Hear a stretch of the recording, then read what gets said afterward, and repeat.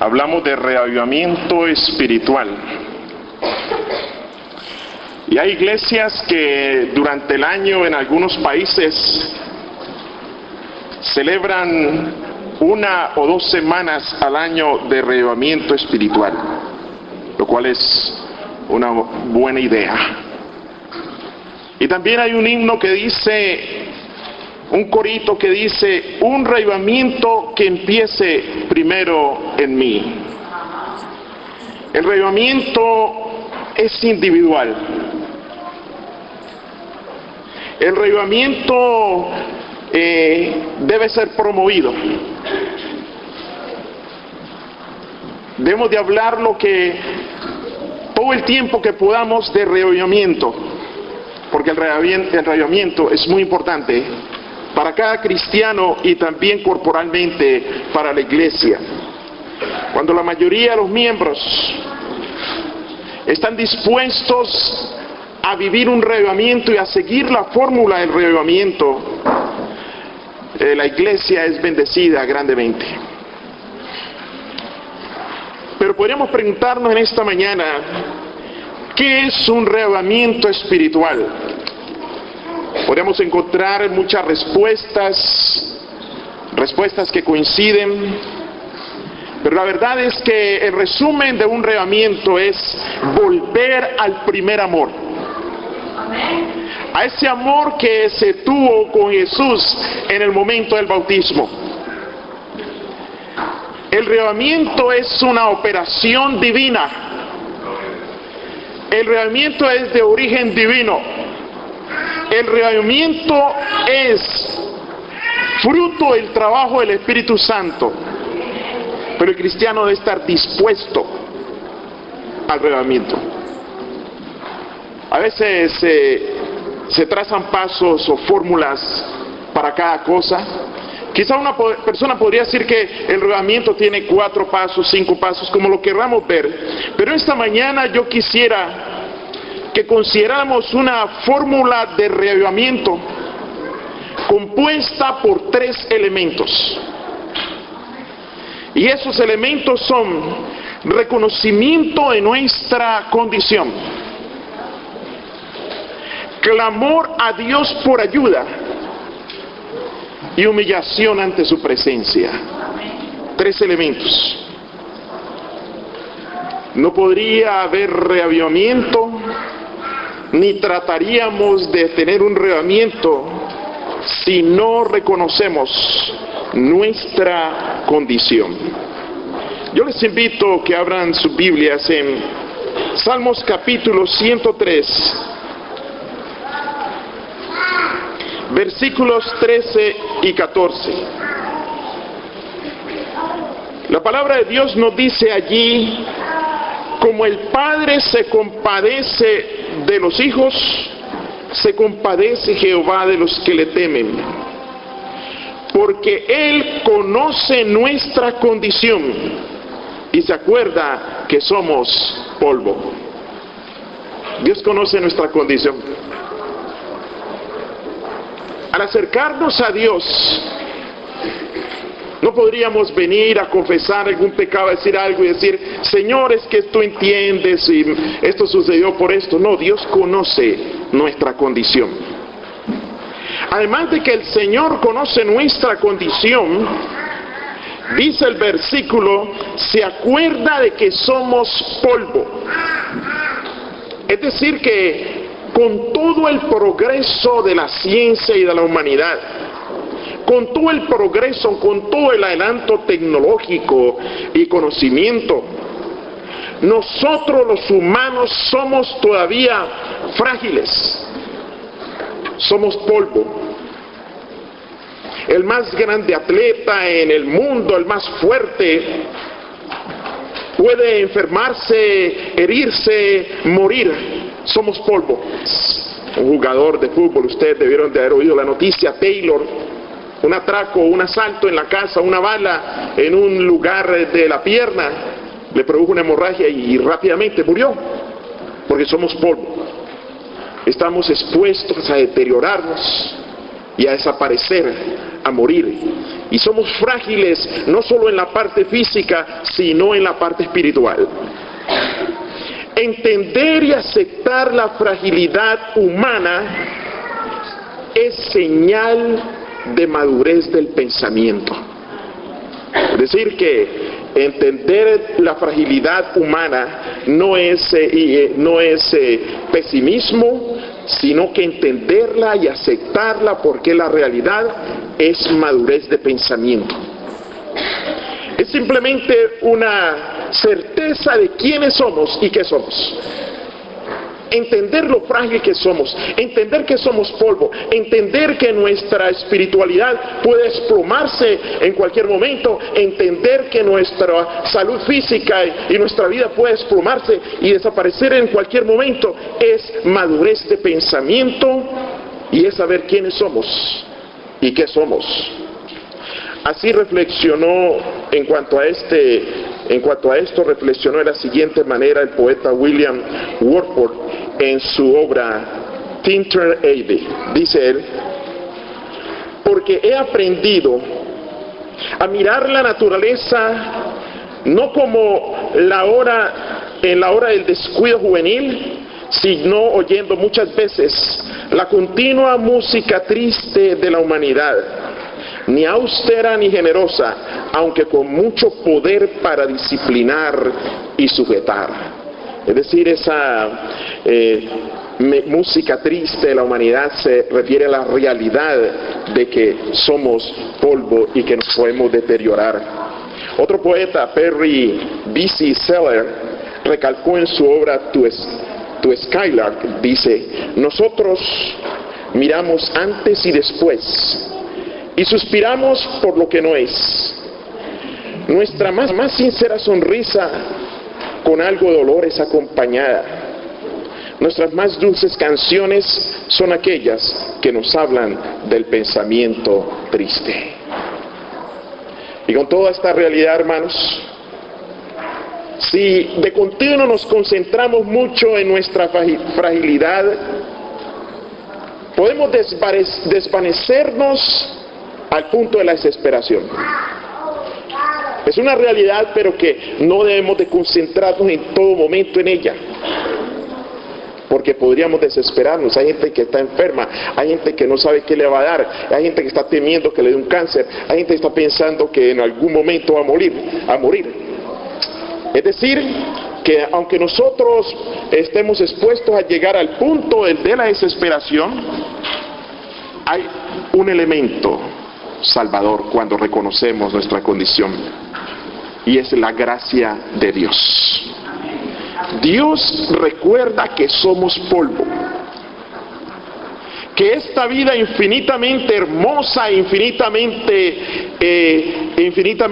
infinitamente triste. Y por el hecho de que Dios conoce nuestra fragilidad y que somos polvo, Él está dispuesto a concedernos su divina gracia. Y la gracia, sentir y recibir la gracia de Dios, produce fortaleza y determinación en el cristiano. Donde quiera que abramos la Biblia, en cualquier parte de la Biblia, encontramos a Dios actuando en favor de una humanidad errante. Por ejemplo, leamos en Segunda de Reyes, capítulo 14, versículos 26 y 27. Segunda de Reyes, capítulo 14, versículos 26 y 27. Dice allí: porque Jehová miró la muy amargada aflicción de Israel, que no había siervo ni libre, ni quien diese ayuda a Israel. Y dice el versículo 27: y Jehová no había determinado reer el nombre de Israel de debajo del cielo. Por lo tanto, lo salvó por la mano de Joroboam, hijo de Joás. ¿Por qué lo salvó? ¿Cuál fue la razón de que Dios lo salvó? Dice aquí que no había determinado raerlo de la tierra. Es decir, que Dios salvó a Israel porque Israel se encontraba todavía bajo la gracia de Dios. Y hoy sabemos que el tiempo de gracia no ha terminado. Que estamos bajo el tiempo de gracia y que podemos clamar a Dios. Podemos buscar a Dios. Dios es el mismo de Israel, es el mismo Dios de hoy. Y por eso la palabra de Dios dice, nos muestra que ese segundo paso de clamar, no solo reconocer, sino clamar, hablando de clamar, el rey David, en Salmos capítulo 42, versículo 1 y 2 dice David: como el ciervo brama por las corrientes de las aguas, así clama por ti, oh Dios, el alma mía. Mi alma tiene sed de Dios, del Dios vivo. Y hay una pregunta: ¿cuándo vendré y me presentaré delante de Dios? Hermanos, para los antiguos israelitas, el lugar donde se presentaban a Dios era muy importante.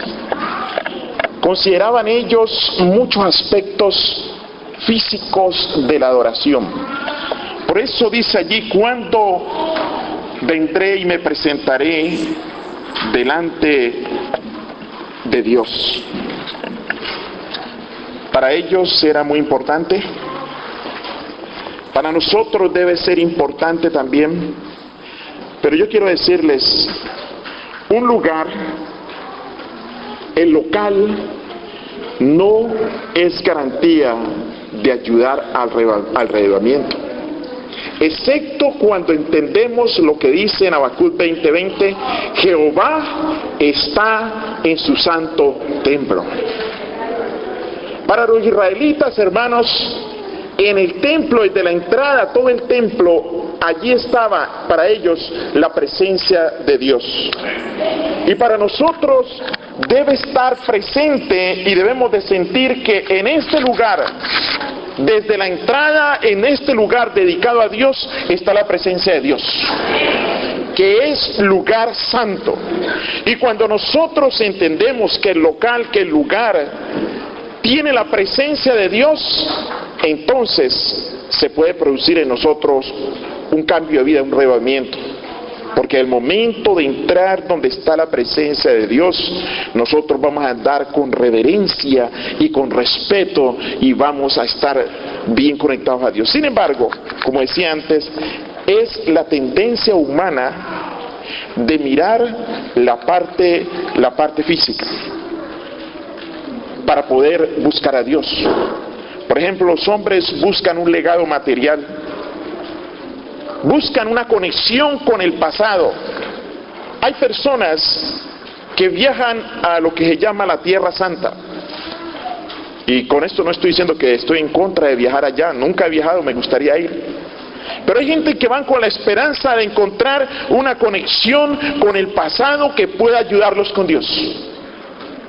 Otros dicen que existe un manto, que el manto que puso Jesús cuando lo enterraron, que le llaman, creo que sudario, que ese manto está en algún sitio, que le han hecho experimentos para ver si es auténtico, y entonces las personas se quieren concentrar en un legado material. Hace algún tiempo dijeron otros que encontraron la tumba de Jesús.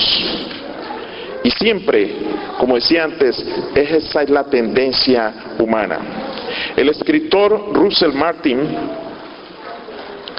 escribió un libro llamado El cabello de Beethoven. Pero antes de narrarles esa historia, yo quisiera que leyéramos cómo Jesús nos muestra de que el legado físico y la conexión con el pasado no es lo que nos trae el avivamiento. En Juan capítulo 4, versículos 20 y 21, hablando con la mujer samaritana, en el versículo 20, ella dice: nuestros padres adoraron en este monte, Y los samaritanos se sentían contentos de ese monte y de ese lugar donde Jacob cavó el pozo. Y dice: nuestros padres adoraron en este monte, y vosotros decís que es en Jerusalén, que Jerusalén es el lugar que se debe adorar. Jesús le dijo: mujer, ciertamente la hora viene cuando ni en este monte ni en Jerusalén adoraréis al Padre. Y el versículo 24 dice: Dios es espíritu, y los que le adoran en espíritu y en verdad es necesario que le adoren.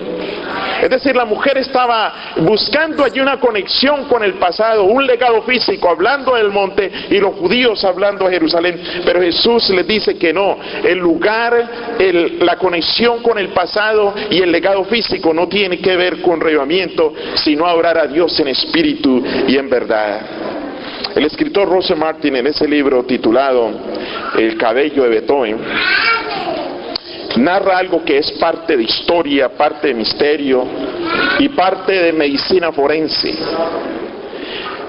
Habla del trayecto de un moño o bucle del cabello de Beethoven, que fue cortado de su cabeza al famoso compositor después de su muerte. Es decir, el nombre completo de él, como sabemos, es Ludwig van Beethoven. Y cuando él estaba en la cima musical, era como un coloso musical. Y era tan grande la influencia de Beethoven y la influencia de sus composiciones, que otros músicos, compañeros de él, colegas de él, aseguraban que él no era simplemente humano, sino que había algo de divino en él. Este hombre que creó el sonido tan maravilloso, este gran compositor que era grandemente aclamado, sufrió terriblemente durante 30 años de su vida. Dice la historia que parecía que él estaba con un dolor constante. Sufría de gastroenteritis, hemorragias internas, y además de eso tenía una condición de pigmentación en la sangre que producía a veces en su piel, que su piel fuera un poco amarillenta, y también sus ojos. Además de eso, sufría de jaquecas, o sea, dolores de cabeza. Lo peor y más trágico de todo fue que Beethoven gradualmente perdió la audición hasta quedar totalmente sordo. Y lo más trágico, lo peor de todo, sucedió en una de sus presentaciones. Se dice también que sus trabajos más grandes los compuso con lo que se llama música totalmente interna, porque ya no oía. Una de las escenas, como decía antes, más intensas e inimaginables ocurrió al final de una presentación que él mismo dirigió en la presentación monumental de la sinfonía, de la novena sinfonía. Dice la historia que después de que él terminó de dirigir, la audiencia se puso de pie y la audiencia empezó a aclamarlo y a aplaudirlo, pero él ni cuenta se daba hasta que alguien lo volteó hacia el público y él pudo ver lo que estaba ocurriendo, pero no oía. Cuando Beethoven murió en 1827, un joven llamado Ferdinand Hiller, quien más tarde se convertiría en un gran compositor y músico de nota, fue al velorio de Beethoven a dar sus respetos, y también a este lugar llegaron otros músicos. Y después de una pequeña ceremonia, aprovecharon los que estaban allí, los músicos, para cortarle pedazos de cabello a Beethoven, y Ferdinand Hiller cortó un gran pedazo de moño, lo amarró y se lo llevó como un recuerdo. Dice la historia que este pedazo de cabello, moño, bucle, pasó a través de los descendientes de Ferdinand Hiller por más de un siglo, hasta la Segunda Guerra Mundial. Este joven Ferdinand Hiller era judío y por supuesto sus descendientes también eran judíos, y un médico de Dinamarca ayudó a sus familiares a escapar de los campos de concentración nazis, y ese bucle o cabello llegó a manos de este médico. Más tarde cuenta la historia, dos entusiastas por Beethoven, dos admiradores de Beethoven, dos americanos, trajeron a los Estados Unidos ese moño, y hace unos pocos años ese moño fue examinado usando los métodos tecnológicos más avanzados, y se encontró que dentro de ese cabello había mucho contenido de plomo, por lo cual las autoridades forenses llegaron a la conclusión de que las aflicciones físicas de Beethoven fueron causadas por el veneno del plomo. Un gran descubrimiento, una conexión con el pasado. Esos pedazos de cabello que cortaron las otras personas, nunca se ha sabido dónde fueron a dar, pero a través de la historia, esos cabellos de Beethoven inspiraron a los músicos y llegaron a ser útiles para descubrir a qué se debían las aflicciones que él tenía. Pero el cristiano, para tener un reavivamiento, no necesita un legado material. El cristiano, para tener un reavivamiento, no necesita una conexión con el pasado o un mechón de la cabellera de Jesús. Eso no lo necesita el cristiano, porque Cristo vive, y el cristiano puede clamar a Cristo y tener un reavivamiento con el Señor Jesús. Allí en Segunda de Crónicas, en el versículo que leímos en la lectura bíblica, en Segunda de Crónicas 7:14, un versículo muy hermoso: si se humillare mi pueblo, sobre el cual mi nombre es invocado, y oraren y buscaren mi rostro, y se convirtieren de sus malos caminos, entonces yo oiré desde los cielos, y perdonaré sus pecados, y sanaré su tierra. Hermanos, el templo era, como decía antes, muy importante para los israelitas. Y por eso dice: si mi pueblo se humillare, en el cual es invocado mi nombre. Y la oración de Salomón mostró que si el pueblo mirara con su rostro hacia el templo y orara, Dios le escucharía. Pero la realidad es que el templo era un enfoque de adoración, pero el templo no tenía poder para que Dios concediera las peticiones. La importancia aquí era la manera en que la gente se iba a acercar a Dios, humillándose. Por eso dice: si se humillare mi pueblo, humillándose, orando, buscando el rostro de Dios. ¿Se han preguntado ustedes a veces qué es buscar el rostro de Dios? ¿Qué significa buscar el rostro de Dios? Aarón, en la oración sacerdotal, decía: Jehová te bendiga y te guarde, Jehová haga resplandecer su rostro sobre ti. ¿Qué es el resplandecimiento del rostro sobre nosotros? ¿Qué es buscar el rostro de Dios? Buscar el rostro de Dios significa entender, comprender y sentir la aceptación de Dios. Y qué maravilloso es saber que el Señor nos acepta a través de Cristo Jesús. Dice aquí: si mi pueblo se humillare. El reavivamiento empieza con la humildad. A la persona hambrienta es la que Dios alimenta. Es aquel que siente sed de Dios, el que recibe satisfacción del agua viva. Mientras estemos llenos de orgullo y suficiencia propia en nuestro ser, no habrá lugar para Dios.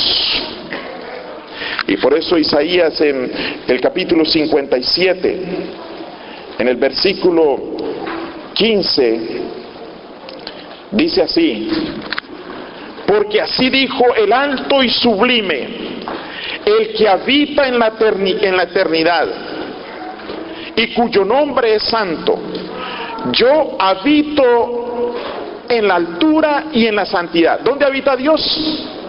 En la altura y en la santidad. Y luego dice, y con el quebrantado y humilde de espíritu, para hacer vivir el espíritu de los humildes y para vivificar el corazón de los quebrantados. Qué maravilloso, hermanos.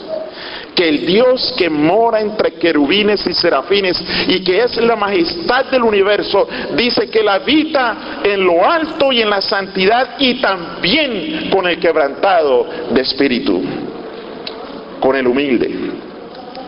Ahora es interesante saber que para que la oración sea efectiva, la oración debe ser presentada con humillación, con humildad. Cuando entendemos esa necesidad de humillarnos a Dios, como dicen estos versículos, entonces Dios puede escucharnos. En Salmos capítulo 51, versículo 17, encontramos otro versículo que nos ayuda en este tema. Salmos capítulo 51, versículo 17. Dice, los sacrificios de Dios son ¿qué? El espíritu quebrantado. Y dice, al corazón contrito y humillado no despreciarás tú, oh Dios. Yo sé que no es popular en el mundo de hoy hablar de humillación. Es como un poco difícil. Pero las cosas de Dios solo pueden ser entendidas a través del Espíritu Santo. Humillarnos a Dios nos conduce a la humildad. Como humanos no podemos saber, hermanos, quién es orgulloso y quién es humilde. Eso no lo podemos saber. Aún más, yo quiero que nunca olviden lo que les voy a decir ahora. Es peligroso pensar si otra persona es orgullosa o humilde. Es peligroso. Nunca nos atrevemos a pensar o a juzgar a alguien como orgulloso, nunca lo hagamos, ni tampoco como humilde. Bueno, entre las dos cosas es preferible decir que todos son humildes, pero nunca señale a otro como orgulloso, porque hay algo muy interesante en la palabra de Dios. Solo Dios sabe quién es orgulloso y solo Dios sabe quién es humilde. La apariencia externa, las palabras y las acciones no pueden indicarnos a nosotros eso. A veces hay una equivocación cultural o a veces de enojo. Hay gente que si se enoja con alguien dice es orgulloso. Es orgulloso porque no hace lo que yo digo. O a veces es orgulloso porque no sigue mis consejos. Pero la realidad, hermanos, es que saber quién es humilde y quién es orgulloso, ese trabajo es de Dios. Déjeselo a Dios. Nunca señale a nadie como orgulloso, porque entonces en esos momentos está usted cometiendo un grave pecado. ¿Por qué? Vamos a ver qué nos dice la palabra de Dios. Pero primero yo quiero compartir con ustedes del comentario bíblico adventista. El comentario bíblico adventista, al comentar el versículo 29 de Mateo 11, dice: una persona humilde en su propia estimación se asigna una posición baja en comparación con otros, estima a otros mejores que a sí mismo. Es decir, que en el momento en que usted estime que otro es orgulloso, ya usted deja de ser humilde, porque dice aquí, estima a otros mejores que a sí mismo. Y yo entiendo, hermanos, que esto quizás podría parecer como ilógico, porque vivimos en un mundo donde se promueve el orgullo, vivimos en un mundo donde se promueve la vanidad, vivimos en un mundo de competencia, vivimos en un mundo donde nadie quiere estar por debajo sino por encima, pero la realidad es que el humilde estima a otros mejores que él mismo. Y en el momento en que el humilde piensa que otro es orgulloso, ya él es orgulloso porque está comparándose y colocándose por encima del otro. Sigue diciendo, aquellos que no han aprendido a ser gentiles y humildes no han aprendido en la escuela de Cristo. Y en otra parte del comentario adventista dice, el humilde es tan humilde que ni siquiera se da cuenta que es humilde. Es decir, el humilde es tan humilde que ni está consciente que es humilde, sino que vive siempre entregándose a Dios y diciéndole, Señor, ayúdame. Y ese es el secreto. humillarse a Dios. Y por último, después de haber hablado de el reconocimiento que debemos de tener de nuestra condición, de clamar a Dios y de humillarse, quisiera que contestáramos esta pregunta: ¿cómo ser justificados delante de Dios? Jesús nos da claramente la respuesta de cómo ser justificados delante de Dios. En Lucas capítulo 18, versículo 10 en adelante, dice: 2 hombres subieron al templo a orar. Uno era fariseo y el otro publicano.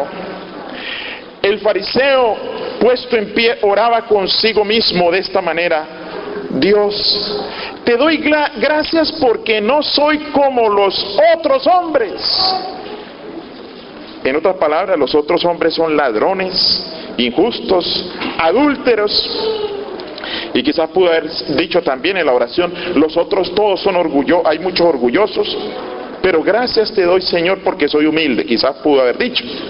Y dice la última parte del versículo 11: ni aún como este publicano. Y ahí está el publicano. Y continúa diciendo: ayuno 2 veces a la semana, doy diezmos de todo lo que gano. Y dice el 13: mas el publicano, estando lejos, ni siquiera se atrevía a acercarse a la parte adelante del templo. Dice: mas el publicano, estando lejos, no quería ni aún alzar los ojos al cielo, sino que se golpeaba el pecho diciendo: Dios, sé propicio a mi pecador.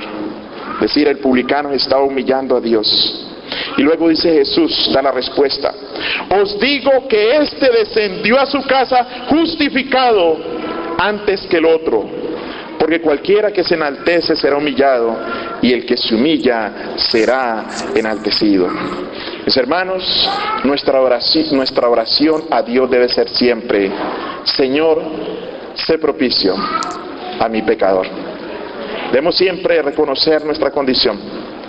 Y la condición de los otros, oremos y dejémosela a Dios, pero debemos siempre humillarnos a Dios, buscar a Dios, pedirle a Dios que a través de su Santo Espíritu nos haga estar consciente de nuestra condición, que nos dé poder para cada día clamar a Él y humillarnos ante su presencia.